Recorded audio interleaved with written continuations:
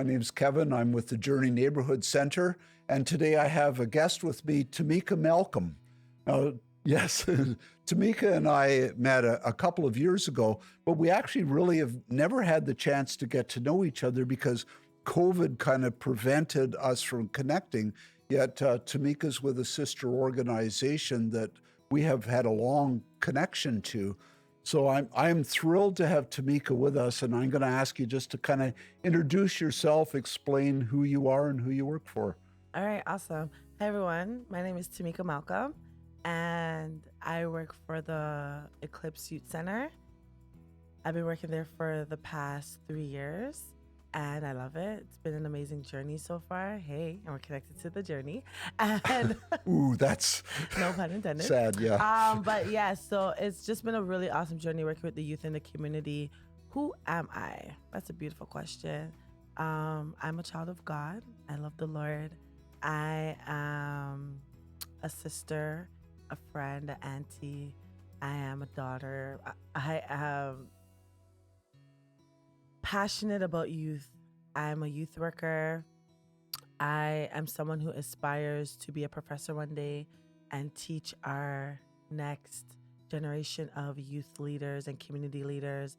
I'm passionate about leadership training and development and just becoming a better version of yourself. I'm really big on that. Yeah. There's Cool. so much more I could say, but yeah. Yeah, well, and we're going to hear a lot. Yeah. So, as I said, I haven't really had a chance to get to know Tamika, but a few weeks ago she spoke at an International Women's Day event, and I was just blown away. My word, you're dynamic. Thank you. I mean, you got up there and really you had them in the palm of your hand. Wow. But the thing that really struck me, and the reason why Tamika and I are chatting today, is because she hinted at some stories of her life that really, to me, sound like you've overcome an awful lot. Yes, absolutely. And so today what we want to do is we want to focus on stories of overcoming that lead to hope, because I believe in story. That's good. So I'm basically, even though I'm a talker, I'm going to try hard to shut up. Okay. and just share some of the stories, some of the things that you've had to deal with and how you've dealt with them, how you've overcome. Awesome. Well, thank you, Kevin, for this opportunity. A story, there's so many things that I can share, but what's on my heart to share is just overcoming adversity. Growing up in a home with a lot of adversity between my parents. I grew up in a 2-parent home, and I witnessed a lot of adversity at such a young age, and I internalized a lot. I have 5 brothers, only girl in the house. 5 brothers? Yes. And you lived. I lived. It was a very interesting household. I could say that. A very, very interesting household. Such an amazing dynamic, but also very complex dynamic as well. And being like one of the middle children, I had to fight for a lot of attention. And there's older children in the house. There's middle children, like my age group, and then there's like younger children. And I didn't get a lot of attention, especially as a young girl. Majority of my attention was like protective. Just don't go here. You can't do this. And I really struggled with emotionally connecting with people. I didn't have the best or healthiest emotional connection with my own mother, and neither with my father. And I grew up having a lot of resentment and a lot of anger and a lot of disappointment as a young woman growing up, looking for examples or looking for love in the wrong places. Oh, like the song. Looking for love in all the wrong places. All the wrong places. Come on now, if you've been there, you know you connected with me right now. So just looking for love in all the wrong places. And just fast forwarding as life went on, was very rebellious, used to get into a lot of fights, was very angry. I would just project a lot of my anger. Teachers didn't really understand. Suspensions, just a whole lot of stuff. Yeah, you were talking last week about getting into these fights and a teacher who made a difference in your life. Yes. Craig Lewis. If you're watching this, sir. There was one teacher when I was in high school that just cared. He cared. I think that's the biggest thing if you are a teacher, to just care. So many times we look at the behavior of the young people that we work with, And we're so focused on their behavior, and we place these labels on them. Oh, they're bad. They're not smart enough. They're not going to make it that far. But we don't really take the time to sit with them and figure out why. What's going on? How can I support you? How can I meet you where you're at in order to get you over these barriers, these hurdles, to actually get you to graduate and to be successful? Hence why many students do drop out or just don't finish, or struggle to finish. And in grade 10, I got into a really big fight that could have changed my entire life. Police got involved. It got very out of hand. People had to get hospitalized. It got really out of hand. And at that age, I thought I was this hard girl. That I was like, Okay. Nobody could mess with me. And my circle of influence wasn't positive. Yeah. So, my mom always say, whoever you hang around with, show me your friends and I'll tell you who you are. And it was a pivotal time in my life because everybody got expelled out of that school that was a part of that fight, except for me. And now that I look back at it, I really believe God just had his hand on my life. But in that moment, I was just like, no one's telling on me type of thing. That's why I'm not getting kicked out. But I didn't realize how much that teacher stood in the gap for me. Legitimately stood in the gap for me, took me under his wing, spoke to the principals, spoke to teachers, like, let me work with her, let me deal with her. And he did. And he told me something that I will never, ever forget. He said, Tamika, the choices you make in your life determine where you end up. And I was like, what? He's like, the choices you make in your life determine where you end up. And he's like, you have the power to make better choices. And I remember there would be times where I was provoked or I had the opportunity to engage in another fight, to do something bad again. And I would just think about what he said. Tamika, I have the power in this moment to retaliate, to react, or I could choose to respond differently. And I chose to respond differently. And I changed my friends. I started doing my work. It took time. And I made a decision. I was back so many credits. I was back like 12 credits in grade 11. 12 credits. 12 credits. Okay. And I made a decision that I'm going to graduate on time. Even though in that moment, due to my academic progress and where my mindset was at and how I was struggling academically, it didn't seem possible. However, it happened. I'll never forget the scripture that my Sunday school teacher used to tell me, I can do all things through Christ who strengthens me, from Philippians 4 verse 13. And that's something that would always ring in my head. Even though I wasn't always focusing on God or building a relationship at that time, there were seeds that were planted in my life that carried me through the toughest of seasons. And that was one of those seeds that did. I had to do night school. I had to do summer school. I had to do credit recovery booklets while I was doing the 8 courses for that year as well. Plus working part-time jobs. It was crazy. And at the age of 14, I went through a traumatic health crisis as well. I had to have like a surgery, and that put me back. So there was just a lot happening from age 14 to age 16, going through health stuff at such a young age. And then not having to, I remember I had to start school a little bit later in my grade 10 year. And then that year get into this huge fight that could have made my whole future be different, where I could have actually gone to jail and get a record. And then having a teacher stand in the gap for me there. And then those last 2 years of high school, learning to connect with more positive friends and learning to regulate my emotions and learning to make better choices and then graduate on time, which was a huge deal for me. Can I ask this? Of course you can. There'll be some people are going to look and say, yeah, well, she's got the personality for it, or she's a determined individual, she's an overcomer or whatever. But how did you get there? Or like a lot of hard work and a lot of crying and just talking to people. When you have people around you that want to see you succeed and want to see you do better, and you give them a chance to support you and you give them a chance to help you, it makes a difference. And that teacher, I gave him a chance.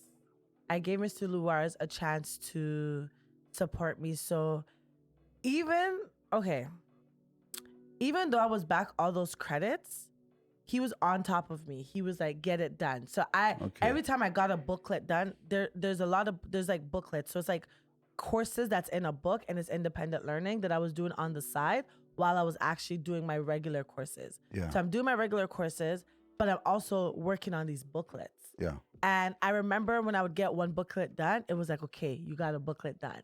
That's less of a credit you have to worry about to catch up on. Next booklet. Yeah. And I would just get the next booklet, get it done. I would cry, I would complain, I would get upset. I don't know if I could do this. Maybe I should just stay back. And he's like, you can do it if you choose to do it. I was like, okay. And I would just work on it. I had friends around me that would encourage me to do it. And I just kept telling myself, and this is another thing, I was surrounded by friends that were graduating on time. They were all going to graduate on time. So they're all talking about prom and graduation. And I'm here back, all these credits. I can't participate in that conversation because I generally don't know if that's in the cards for me. Yeah. So them always talking about, oh, I'm going to graduate. I can't wait to graduate. I'm going to school next year. And I'm just like, well, I don't know. It pushed me. It pushed me to maybe I can do this. Okay. It may not be as easy as it is for them who have spares, who didn't waste the first 2 years of their life, who didn't go through certain things in the first 2 lives where it kind of put them back. However, if I choose to apply myself, if I choose to work hard at this, I can do it. Here's another secret. I didn't even get all my credits. I was back 1 credit. I did all those booklets. I did night school, I did summer school, and I remember, this is why that teacher holds a lot in my heart, because we calculated it and I realized we made a miscalculation. You need 30 credits to graduate. I only had 29 after I did all those booklets. I thought I was only back 12 credits. I was actually back 13. So it's now time for graduation, and they went through all my grades and everything, and they found out, like, Tamika, you need 1 more credit. And again, he went back for me. And during the last 2 years after I got into the fight, I would get kicked out of teachers' classrooms and I would get sent to his office. So he was that teacher. If you get kicked out of your class, you go to him and you do your work in the library. And what he used to do in grade 11 and 12, he used to make me sit in the library on a chair and bring the grade 9s and 10s to sit down. And he would be like, speak to them. And I'm like, speak to them? He's like, talk to them. There's a lot you've gone through in these last 2 years. Just talk to them. And I would just sit down and talk to them about friendships, talk to them about dealing with your anger, just talk to them about my personal experience in the last 2 years of high school, talking to them about lessons I've learned in high school. As a senior, the friends you start with are not always the friends you end with. Boyfriends, all that stuff. Just talk to them about my personal experience as a grade 11, as a grade 12. And for those 2 years, I did that. Because I did that for those 2 years, they decided to give me a credit. Woohoo. For all that. Wow. It's community service. So for all that community service, for all that giving back that I did in the library with those students, they gave me a credit for it. So I ended up graduating on time with all my credits. So I'm hearing a whole pile of stuff here. I'm hearing that you had an advocate, somebody who intervened in your life, who believed in you. Yes. Even when maybe you didn't believe in yourself. Yes. I'm hearing that friends are, excuse me, I'm falling apart here. That's okay. That the right friends are important. Friends who will encourage you, friends who will maybe push you a little bit along. I'm hearing that you have to make right decisions, that every time the decision needs to be made, you have a choice of which decision you're going to make. Absolutely. I'm hearing that it takes sacrifice. It's not always simple, that it does require a certain amount of personal, self-discipline to overcome it. I'm hearing a whole pile of things, and somehow through this you got through, and you were given the opportunity while you're still in the midst of it, because you said something there. You were still getting kicked out of classrooms. Oh yes, I was still giving trouble.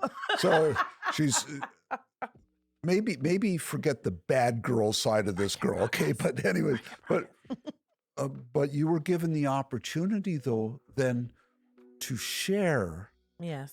from your experience and to be, even though you're in detention, a better example Yes. for those who are also in detention at that time. So you actually had an outlet as well. Yes. Was this all part of kind of the formation of what led you into youth work? Like, where did this come from? Absolutely. I shared a lot. Mr. Luars, that teacher really changed my life as a youth. And I never saw myself going into youth work. I actually loved doing hair. Okay. And I thought I was going to be a hairdresser. Your hair, by the way, is quite spectacular. Thank you very Nice, much. yes. So I was really good at doing hair. And I thought that was my dream. I'm going to own this huge hair salon, do people's hair, provide hair products, hair consultations, all that good stuff. And I remember in grade 11 doing co-op, and I was doing that at a hair salon. And the head hairstylist said to me one day, Tamika, this is not your passion. She's like, this is not your passion. And I was like, okay, you're like, hold on a second. my 16-year-old self was like, who are you talking to? I love this. I'm passionate about it.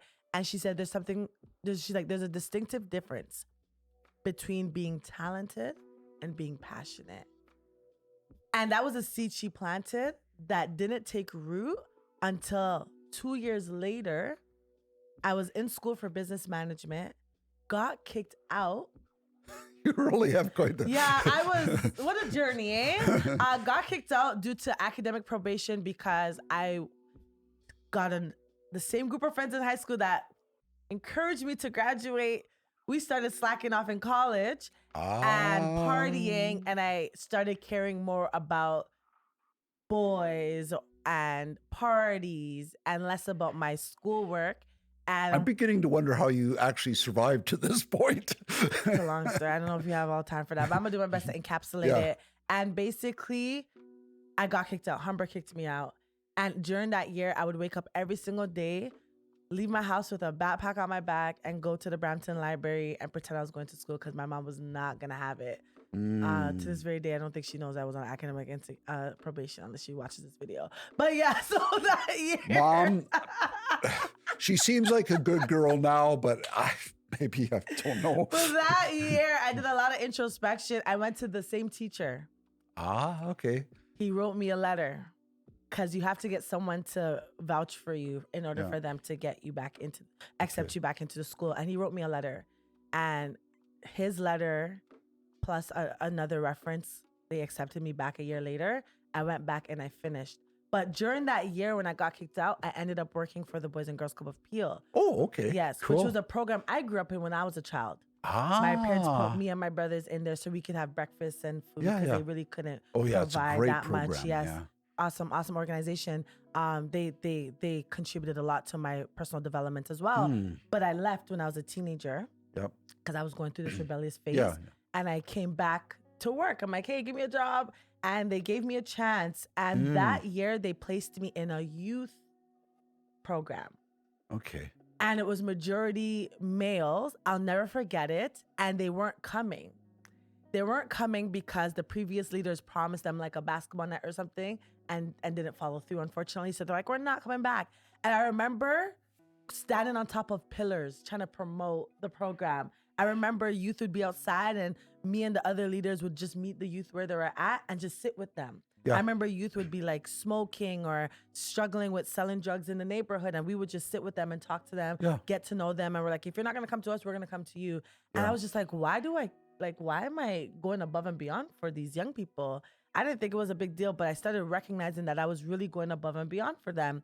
And I remember there was a day where we went to the mall because we thought they weren't coming. And when we came back, they were all outside at the door waiting for us. And like, you guys are late. You're late. And we're like, oh, they're here. They're coming. And we realized all that effort that we put in and meeting them where they're at encouraged them to now come. And they loved rapping and singing. And we turned the entire kitchen into a studio. And I did this activity with them. where like every time they felt like swearing, cross out, like put a line and put a different word. And they did it. And we were all rapping and just vibing and just having a good time. And in that moment, I felt like something sparked in me. Okay. I felt like it was just like, aha. I was like, I love the this. passion. The passion. Yeah. I was like, I think I could do this for the rest of my life. Like, I think I could do this as a career. So I remember I got back into Humber in that September. I still need to finish the business. Yep. I went to my academic advisor. I'm like, what can I do to work with youth? What can I do? She's like, social work. I'm like, I don't want to do social work. I met some social workers. No offense to social workers. But I was like, no, not social worker. And she's like, ECE. I'm like, too young. And she's like, child and youth care. I'm like, what's child and youth care? And she told me more about it. And I was like, teenagers. I want to work with teenagers. I want to connect with them. I love it. And I was like, telling her, she's like, okay, Tamika, she's like, finish the business. And then let's get you into that program. And that year, I worked so hard. I tapped back into that girl that had the 12 credits that she had to do. I worked so hard. I got tutors. I failed accounting 3 times in a row. I failed math 3 times in a row. I just kept failing. Math is not your gift. It's not.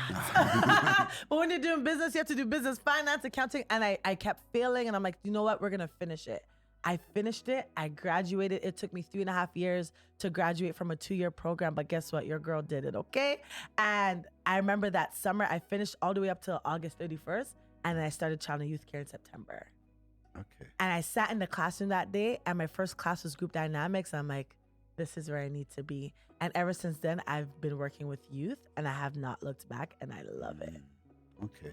So how did you end up with ECLYPSE then? There must have been a transition at some point, obviously. Yes. So in 2018, so Boys and Girls Club is like my home.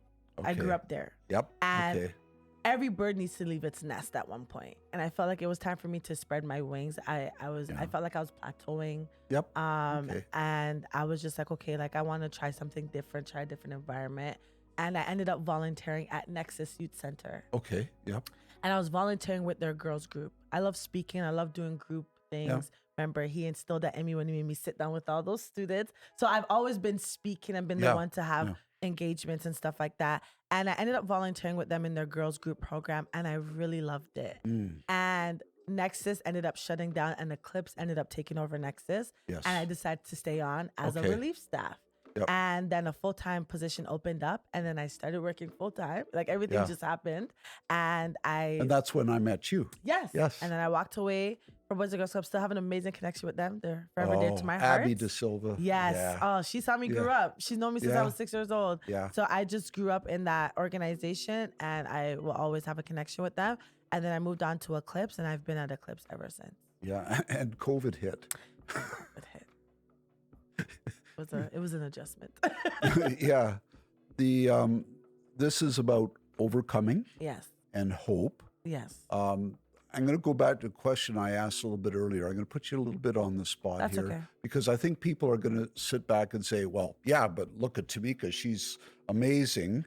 The powerful young woman who just really can dig down. And there's a lot of people out there that feel hopeless. Yes. You know, what can you say to somebody who just says, well, yeah, all right, she can do it. Okay, she overcomes. She was a pretty bad girl. Yeah. But is there hope for me? That's such a good question. I know. That's why I put you on the spot. My heart just like, yes. Yes, there's hope for you. Yes, there's hope for you. When I look over my life and I see all the things that I've been through, I talked about my academic journey. I went through some very traumatic health situations. I've had the same surgery since I was 14. I had a surgery, I had an ovarian cyst, and I had a surgery when I was 14. I had another surgery when I was 23 on the same situation. I had another surgery in 2021 on the exact same situation. And I remember when I had the same surgery the 3rd time, I said to myself, why me? I said to God, actually, because I was very upset with him. I was like, why me? Why do I have to keep going through the same situation? And I just feel in my heart that maybe somebody's listening who may be going through a reoccurring situation and just feels like there's no hope because I keep going through this cycle and I don't know if it's ever going to end. But the biggest thing I learned in that situation, and I'm still learning now, is everything we go through plays a role in who we are becoming in this world. That the trauma that we may endure or the experiences that we may face is not our identity. I am not a girl who had to do 12 credits in grade 11. I'm not this bad girl who was a fighter. No, I am a woman who has gone through tremendous heartache, great pain, having to deal with trauma in my body, having to see trauma physically, having to endure emotionally, physically, abusive relationship in my younger years, in my early 20s, finding love in the wrong places, not knowing who I was. Okay. Yeah, not knowing who I was, trying to like fit myself in other people's shoes or allowing myself to be put into boxes that other people I may have put on me. Yeah. Oh, you're this bad angry girl, or oh, you're this church girl, or you're this tomboy, or you're somebody's woman. I didn't know who I was, so I was trying so hard to live up to the perceptions that other people had of me. Okay. That is where I lost my hope, because if my hope was dependent on somebody else's perception of me, when their perception or when their view of me was blurred and they didn't know who I was, my view of myself became distorted. Okay. And then I started living my life so focused or through the lens of my hurt and through the lens of my pain. And there was a time where I did lose hope. There were 2 times where I genuinely felt like I didn't want to be in this world anymore. Once when I was younger, I remember I was like taking pills, just taking a whole bunch of pills, and my brother ran upstairs. This is why I really believe in God, because I feel like God is so real. I was taking pills on my bed. I just didn't want to be here in this world. I was going through so much. I was in a very toxic relationship. Didn't have a good relationship with my parents. I just felt like God wasn't there. I was so confused. I was just like, maybe if I wasn't here, I wouldn't have to deal with this. I remember my brother ran up the stairs. It was like 3:00 in the morning. Everybody sleeping in the house. And he ran up the stairs. I'll never forget this. And he was like, Tamika, no. Like, he was just like, and we've never talked about it. He never said anything about it. He just sat with me in that moment. I was just like, Tamika, no. Like, no. I love you. And he just showered me with love. And me and him have just been very close ever since. It's something we don't really talk much about it. I'm going to cry on you, Sorry. My makeup's does. I'm trying not to cry, but in that moment, I felt the love of God. I felt like God truly woke him up out of his sleep to save me. And I keep using the word standing in the gap, how my teacher stood in the gap for me. And I feel like God just stood in the gap every time I felt like I didn't have hope. Every time I felt like I wasn't going to make it, he would use people to stand in the gap between what I was going through, the trauma, the experiences that I faced that was like overwhelming me. I could use an analogy, like, you know, when you're in water and it gets so deep and it starts to cover you, where it's about to like cover your head and you're like, oh my gosh, if I don't get out of this water, if I don't learn how to swim, if somebody doesn't save me quick, I'm actually going to drown. And I remember going through these life experiences, even when I remember when I walked away from this young man that I was in a relationship with, that I thought I was gonna be with for the rest of my life. And I walked away from it because I knew it wasn't my future, and I knew there was better for me, especially being a youth worker. Pouring into these young people and then going and leaving and living a life that was so contrary to what I was saying or to what I was portraying. It started to get to me. Like, you're being fake. How are you really going to change these lives if you don't change your own? How are you telling these young girls that they matter and that they should respect themselves if you are not respecting yourself and you don't feel like you matter? And I was at a crossroads in my life, and I remember the second time I wanted to lose hope, or I was losing hope rather, I was a little bit older. This was about 2015. And I was driving my car on the highway. Somebody actually, trigger warning. I didn't want to go here, but I feel like I need to go here, but trigger warning. Somebody told me to take my life. And they were very mad at me. And they're like, you should just take your life. You should just go. And I was like, well, bet. I am. You don't care about me. My parents don't care. You don't care. No. Oh, bet. Let's go. And I remember I made up my mind, and I was just driving on the highway, and I tried to drive my car off the highway, and I heard a voice so loud that said, not you. The same voice that my brother was saying to me that time when I tried to take those pills. Tamika, not you. No. And I heard it. Nobody was in the car with me. Not you. And I remember I pulled my car to the side. I was actually on my way to a children's program to run after school program with those children. And I pulled my car off the side of the road, and I just cried for almost an hour and a half. No one knew where I was. And I didn't talk to anybody that whole week about that experience. And I went to church on Sunday. I was really in and out of church. And I went to church that Sunday, and somebody was preaching, this young woman. And she starts saying, like, even when you want to give up, even when you want to throw in the towel, even when you want to drive your car off the road and God says not you. And I'm just like, Okay. Yeah. I'm like, and I just started, I was just crying. And I was like, okay, help me. I don't know what to do. I was still living with this individual. It was very toxic. I didn't know how to get out. And I just saw God just open doors. I started connecting me with a mentor. She got me out the situation. I got back home, got back safe. And I just was, there's so much to talk about. I'm trying my best to encapsulate this as best as I could. But basically, because I really want to be realistic and I want to be very honest and transparent in this moment, I'm going to say this. It was very hard. It was very hard to walk away. I know a lot of people may be in abusive or very unhealthy situations. And I know people on the outside will look and be like, oh, well, you should get out of it. Why are you still there? What's wrong with you? Don't you see that your life is going down the hole? Don't you see that this person's hurting you? And what people fail to understand is that sometimes the person in the situation, they have a vision of where the situation can go. Even though it's bad. They have a vision like it can get better. And sometimes our hope is in the negative situation, but in a way that's not conducive to you. Yeah. In a way that won't help you. So it's like, I hope that this person will treat me better. However, I'm still in it. And then I'm losing hope to live, or I'm losing hope to keep going.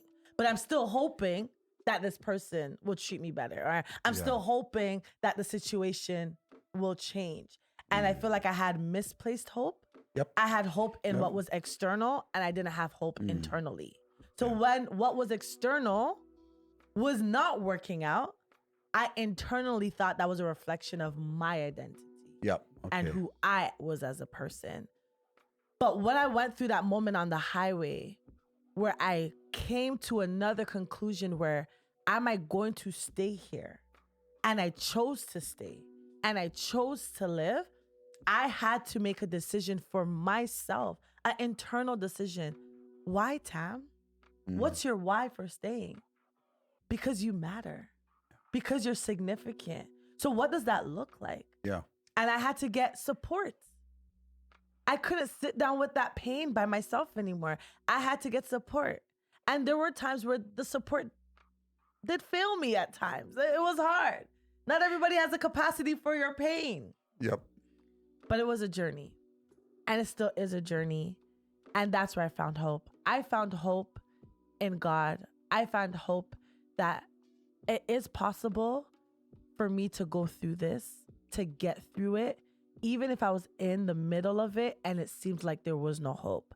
When I went through surgery three years ago, I thought I wasn't going to make it.